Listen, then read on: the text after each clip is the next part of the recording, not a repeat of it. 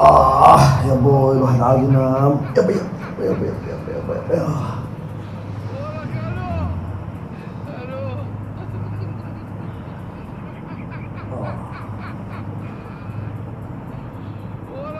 أقول لك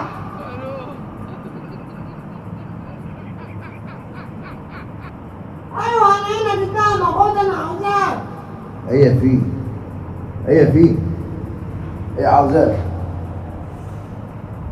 أنا عاوز أشتري عربية. عربية يا ابوي؟ أيوة في واحدة جارتنا جابت عربية. واحدة جارتك جابت عربية؟ طب هتغور من وشي ولا هديك بتاعه ومرتاحك عربية عشان ترتاحي؟ انت اخركم عربية كر يا بنات الكلب. اي في بالظبط هو اي في عربيتين عاوزاها. انت بتهب في مزاجك ولا ايه بالظبط؟ عربيتي عايز تركبيها انت داي؟ ريحيني. أنا أبدا أقول لك على حاجة تجيبوها لي.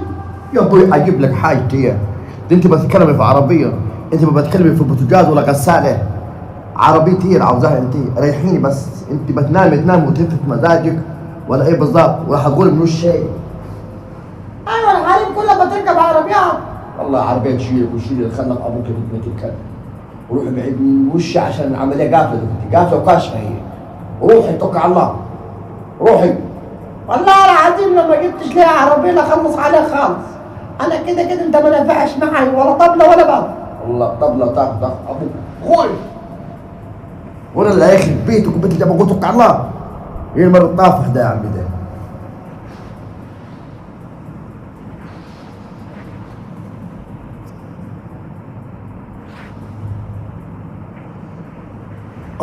هذا العربية. العربية تشيلك يا شيخ يا بالوسع دي. عربية عشان خلاص ده بنتي اخرك عربية كار تركبيها. عربية هواي على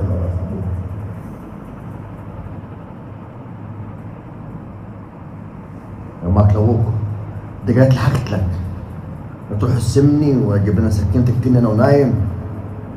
ربنا عديها بالستر، ربنا يسلم. يلا